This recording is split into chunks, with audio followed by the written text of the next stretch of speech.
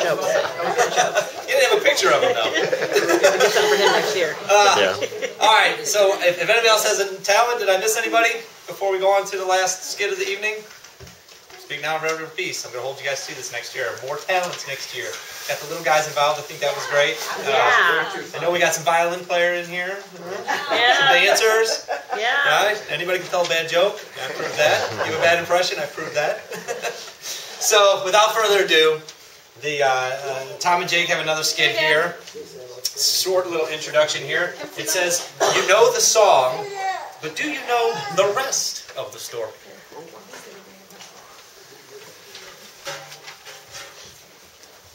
The summer of 1813, George Armistead, who commanded Fort McHenry near Baltimore, asked for a flag so big that the British could not hardly see it from a distance, would have no trouble seeing it from a distance. You see, this was the War of 1812. Mary Young Pickersgill, a maker of colors, was commissioned to do the flag. She and her 13-year-old daughter, Caroline, working in a front upstairs bedroom, used 400 yards of the finest quality wool bunning. They cut 15 stars that measured 2 feet from point to point. 8 red and 7 white stripes, each 2 feet wide, were also cut.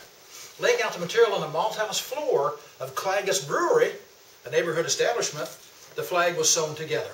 It measured 30 by 40 feet and cost $405.90. On the evening of August 24th, 1814, the British invaded and captured Washington. They set fire to the Capitol and the White House.